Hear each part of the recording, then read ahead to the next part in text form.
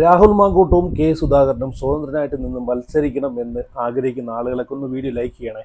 എത്ര ആളുകൾ ഇവരെ പിന്തുണയ്ക്കുന്നതെന്ന് അറിയാൻ വേണ്ടിയിട്ടാണ്. അതുപോലെ നിങ്ങളുടെ അഭിപ്രായം കൂടെ ഒന്ന് കമൻറ്റ് ചെയ്യണം. അതുപോലെ എല്ലാവരും ചാനലിൽ കൂടെ ഒന്ന് ആദ്യമായിട്ടാണ് വീഡിയോ കാണുന്നതെങ്കിൽ ഉറപ്പായിട്ട് ചാനൽ കൂടെ ഒന്ന് സബ്സ്ക്രൈബ് ചെയ്ത് ഫോളോ ചെയ്ത് വെക്കണം.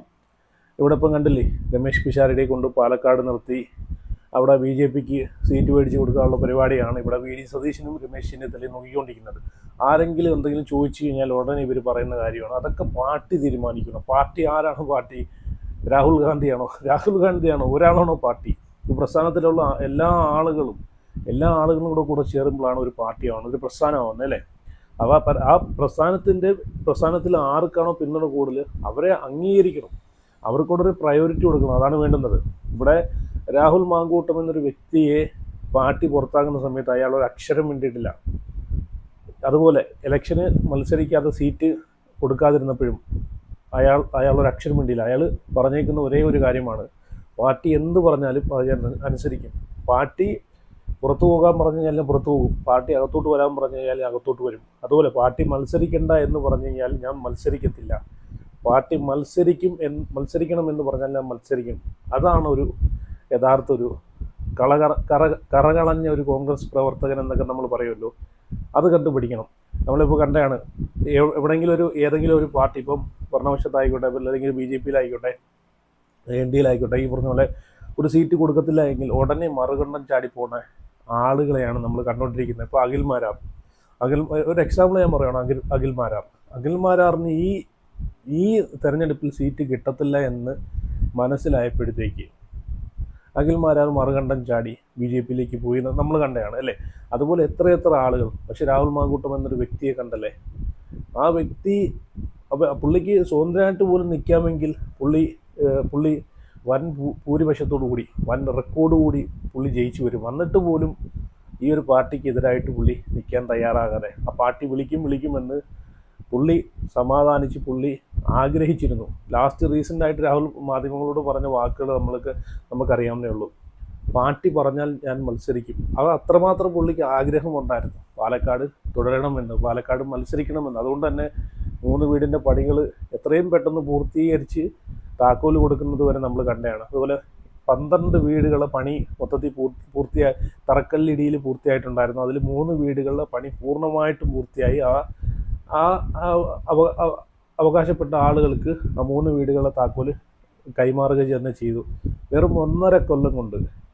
എന്നാൽ 10 കൊല്ലം കൊണ്ട് ഈ പറവൂരിൽ, അല്ലെങ്കിൽ പോട്ട് ഒരു 5 കൊല്ലം കൊണ്ട്, കൂട്ടുന്നില്ല, ഒരു 5 കൊല്ലം കൊണ്ട് പറവൂരിൽ എന്തെങ്കിലും മാറ്റമുണ്ടോ എന്ന് ചോദിച്ചു കഴിഞ്ഞാൽ പറവൂരുകാരെന്ന് പറയട്ടെ, വി ഡി സതീശൻ അവിടെ എന്തെങ്കിലും ഒരു മാറ്റം കൊണ്ട് വന്നിട്ടുണ്ടോ എന്ന്. സ്വന്തം താല്പര്യത്തിന് വേണ്ടിയിട്ട് പാർട്ടിയിലുള്ള നല്ല വളർന്നു വരുന്ന യുവ നേതാക്കളെയും സ്ട്രോങ് ആയിട്ട് നല്ല നട്ടലുള്ള ആളുകളെയും തകർത്ത് കളയുമ്പോഴത്തേക്ക് ഒരു കാര്യം ഓർക്കുക, അത് പ്രസ്ഥാനത്തിന് തന്നെയാണ് അത് എഫക്റ്റ് ചെയ്യുന്നത്. ഇപ്പോൾ ആളുകൾ ചിലപ്പം പറയുമായിരിക്കും, എങ്ങനെയെങ്കിലും ആയിക്കോട്ടെ, കോൺഗ്രസ് പ്രസ്ഥാനം ഒന്ന് ജയിച്ച് കിട്ടിയാൽ മതി.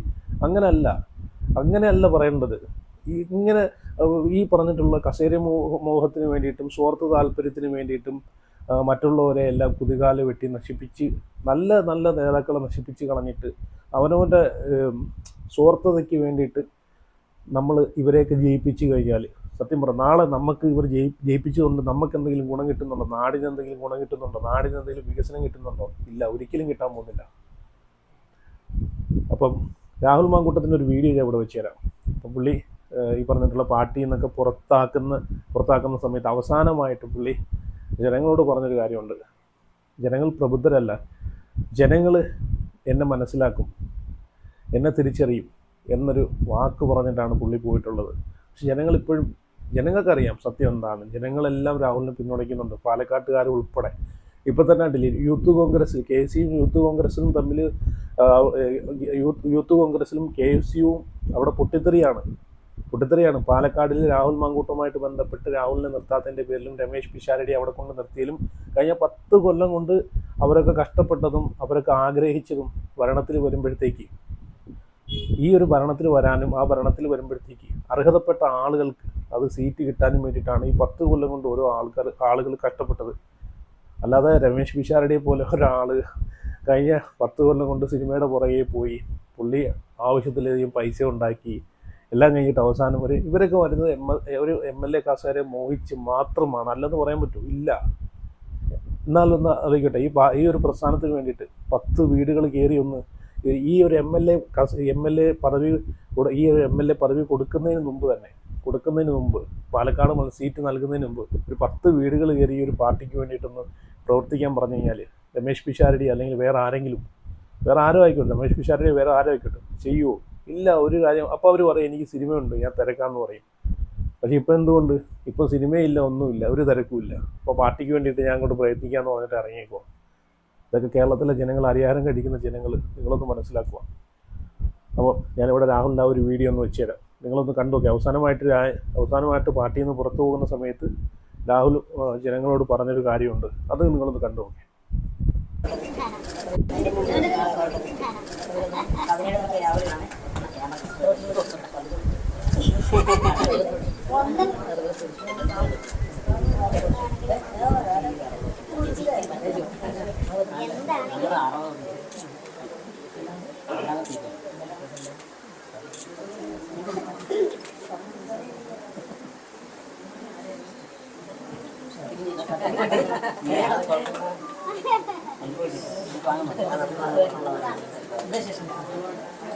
ഇരിക്കുന്നില്ല അങ്ങനെയൊക്കെ ഇരുന്ന് വിശദമായിട്ട് സംസാരിക്കുന്നില്ല. എല്ലാവരും പറഞ്ഞിട്ടുണ്ടല്ലോ.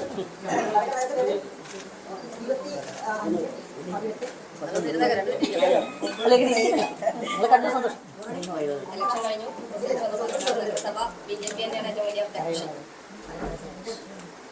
കഴിഞ്ഞ ഒറ്റയ്ക്ക് ഭൂരിപക്ഷം ഉണ്ടായിരുന്നു, മാറ്റം ഉണ്ടായിരുന്നല്ലേ? മാറ്റം. ഞാൻ ഇതിനകത്ത് ആകെ പറയാനായിട്ടുള്ളത്, ജനം വളരെ പ്രബുദ്ധരാണ്. നമ്മൾ അവർ യഥാർത്ഥ കാര്യങ്ങൾ കേൾക്കരുതെന്ന് പറഞ്ഞ് എത്ര മറ്റൊച്ചകൾ വെച്ചാലും അവർ കേൾക്കേണ്ട കാര്യങ്ങൾ അവർ കേൾക്കും. അവർ യഥാർത്ഥത്തിൽ കാണേണ്ട കാഴ്ചയെ നമ്മൾ എത്ര മറച്ചു പിടിക്കാൻ ശ്രമിച്ച് വേറെ എന്തെല്ലാം കാഴ്ചകൾ സമ്മാനിച്ചാലും അവർ കാണേണ്ട കാഴ്ചകൾ തന്നെ അവർ കാണും. എന്നിട്ട് അവർക്ക് തീരുമാനം എടുക്കാൻ അറിയാം, അവർ തീരുമാനം എടുക്കും.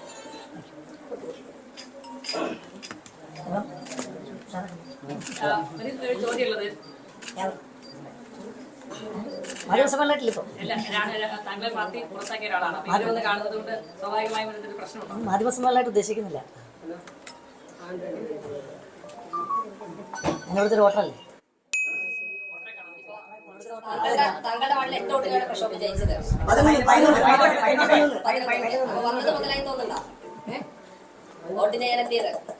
മാധ്യമസമ്മേളനമായിട്ട് ഉദ്ദേശിക്കുന്നില്ല. ജനങ്ങളുടെ തരംഗമാണ്, ജനങ്ങൾക്കറിയാൻ തീരുമാനം.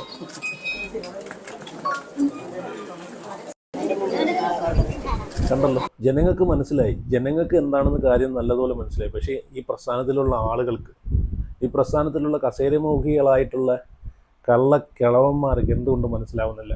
അപ്പോൾ അവരെയൊക്കെ വാശിയാണ്. രാഹുൽ എന്നൊരു വ്യക്തിയെ ഈ പ്രസ്ഥാനത്തിൽ ഇരുത്തി കഴിഞ്ഞാൽ അത് എന്നെക്കാളും മുകളിലോട്ട് കയറി പോകുന്നതുകൊണ്ട്, എന്നെക്കാളും മുകളിലോട്ട് പോയി കഴിഞ്ഞാൽ അത് എനിക്കൊരു അപമാനമാണ്, എനിക്കൊരു കുറച്ചിലാണെന്നുള്ളൊരു പേടി കാരണമാണ് രാഹുലിനെ പാർട്ടിയിലേക്ക് തിരിച്ചെടുക്കാത്തത്. നല്ലപോലെ നമുക്ക് അതിനകത്ത് ചിന്തിക്കാനേ ഉള്ളൂ. നല്ലതുപോലെ പരിഹാരം കഴിക്കുന്ന ആളുകളാണെങ്കിൽ നല്ലപോലെ ചിന്തിക്കാനേ ഉള്ളൂ. ഇനി സുധാകരൻ്റെ കാര്യം പറയുവാണെങ്കിൽ, സുധാകരൻ്റെ കാര്യം നോക്കി, പുള്ളി MPയോ ആരോ ആയിക്കോട്ടെ, പക്ഷേ ഈ പറഞ്ഞിട്ടുള്ള ഒരു രാഷ്ട്രീയത്തിൽ ഒരു അത്രയും എക്സ്പീരിയൻസും കാര്യങ്ങളും ഉള്ള ഈ ഒരു പ്രസ്ഥാനത്തിന് വേണ്ടിയിട്ട് ഒരുപാട് കഷ്ടപ്പെട്ടിട്ടുള്ള കണ്ണൂരുകാർക്കറിയാം സുധാകരൻ. ചിലപ്പോൾ മറ്റുള്ള ജില്ലക്കാർക്ക് സുധാകരൻ ആരാണെന്ന് വെച്ച് ചിലപ്പോൾ അറിയാൻ പറ്റില്ല. പക്ഷേ കണ്ണൂരുകാർക്ക് വേണ്ടിയിട്ട് ഒരുപാട് ത്യാഗങ്ങളും ഒരുപാട് കോൺഗ്രസിന് വേണ്ടിയിട്ട് കഷ്ടപ്പെട്ടൊരു വ്യക്തിയാണ് സുധാകരൻ. നമുക്ക് പറഞ്ഞു കളയാൻ എളുപ്പമാണ്. സുധാകരന് ഇപ്പം സീറ്റ് കിട്ടിയില്ലെങ്കിൽ എന്താ സംഭവിക്കുമെന്ന്, പുള്ളിക്കൊന്ന് മാറി ഇന്നൂടെ, അല്ലെങ്കിൽ പുള്ളി ഇനി എന്തിനാണ് ഈ കസേരയ്ക്ക് വേണ്ടിയിട്ട് കടിപിടി കൂട്ടുന്നതെന്നൊക്കെ പറയുന്ന ആളുകളാണ്. പക്ഷെ പറയാൻ എളുപ്പമാണ്. സുധാകരൻ്റെയൊക്കെ അവരെയൊക്കെ ഒരു തുടക്കം, ഈ ഒരു പ്രസ്ഥാനത്തിലേക്കുള്ളൊരു തുടക്കം, നിങ്ങളൊന്ന് അവിടെ തൊട്ടൊന്ന് നിങ്ങളൊന്ന് പുള്ളിയൊന്ന് ഒന്നൊന്ന് പുറകിലോട്ടൊന്ന് പോയി, അല്ലെങ്കിൽ പുള്ളിയുടെ ചരിത്രമൊക്കെ ഒന്ന് പഠിച്ചിട്ട് വന്നു കഴിഞ്ഞാൽ നിങ്ങൾക്ക് മനസ്സിലാക്കാവുന്നേ ഉള്ളൂ സുധാകരൻ ആരാണെന്ന്. അത്രയും കഷ്ടപ്പെട്ടൊരു വ്യക്തിയാണ്. ഇന്ന് കോൺഗ്രസ് കണ്ണൂരുണ്ടെങ്കിൽ, കോൺഗ്രസ് പ്രസ്ഥാനം കണ്ണൂരുണ്ടെങ്കിൽ അതിന് ഒരേ ഒരു വ്യക്തി കാരണമാണ് സുധാകരൻ. അതുകൊണ്ടാണ് പുള്ളിയെ കണ്ണൂരത്തെ സിംഹം എന്ന് പറയുന്നത്, കണ്ണൂർ സിംഹം എന്ന്. എനിക്ക് തോന്നുന്നു ഇപ്പം ഈ പറഞ്ഞിട്ടുള്ള നമ്മൾ പിണറായി വിജയനെ പറയുമല്ലോ, ഇരട്ടച്ചങ്കനൊക്കെ. ഇപ്പം ഭരണപക്ഷത്തെ ഇരട്ടച്ചങ്കൻ ആരാണെന്ന് വെച്ചാൽ പിണറായി വിജയൻ എന്ന് പറയാം. അതുപോലെ പ്രതിപക്ഷത്തെ ഇരട്ടച്ചങ്കൻ എന്ന് വെച്ച് കഴിഞ്ഞാൽ അക്ഷരം തെറ്റാതെ പറയാം, അത് കെ സുധാകരനാണ്. പുള്ളിക്ക് ഇനി എന്തും ആയിക്കോട്ടെ, MP ആയിക്കോട്ടെ, ഇനി എന്ത് മണ്ണാങ്കട്ട ആയിക്കോട്ടെ, പക്ഷേ പുള്ളിക്ക് മത്സരിക്കണമെന്നൊരാഗ്രഹം ഉണ്ടെങ്കിൽ അത് പുള്ളിക്കൊന്ന് മത്സരിപ്പിക്കുന്നതിന് എന്താണ് കുഴപ്പം? പുള്ളി മത്സരിച്ചാലും തോക്കത്തില്ലല്ലോ, പുള്ളി ജയിക്കത്തേ ഉള്ളൂ. അതുപോലെ ഇവരൊക്കെ ഈ VD സതീശൻ്റെയും അതുപോലെ രമേശ് ചെന്നിത്തലയുടെയൊക്കെ ഒരു വിചാരം ഉണ്ടായിരുന്നു, കെ സുധാകരനെ കണ്ണൂർ പറഞ്ഞു വിട്ട് കഴിഞ്ഞാൽ കെ സുധാകരൻ 8 നിലയിൽ പൊട്ടിയങ്ങ് മാറിയിരിക്കും എന്നുള്ള വിചാരമുണ്ട്. പക്ഷേ കണ്ണൂർ കണ്ടില്ലേ, കണ്ണൂരത്തെ ജനങ്ങൾക്കറിയാം എന്താ കാര്യമെന്ന്. അതുപോലെ ഇപ്പം ഈ കെ സുധാകരനെയും അല്ലെങ്കിൽ രാഹുലിനെയൊക്കെ മാറ്റി നിർത്താനുള്ള കാര്യം, രാഹുലിനെ മുളയിലേ നുള്ളിക്കളഞ്ഞാണ്. മുളയിലേ നുള്ളൂ എന്ന് നമ്മൾ പറയുമല്ലോ, ആ ഒരു മരം വളർന്നു വന്നു കഴിഞ്ഞാൽ മറ്റൊരു മരത്തിന് കേടാണ്. അതുകൊണ്ട് അതിന് മുളയിലേ നുള്ളിക്കളയുന്ന ഒരു പഴഞ്ചൊല്ല് പണ്ടോട്ട് നമ്മൾ കേൾക്കുന്നുണ്ടല്ലോ, അതാണ് ഇവിടെ സംഭവിച്ചത്.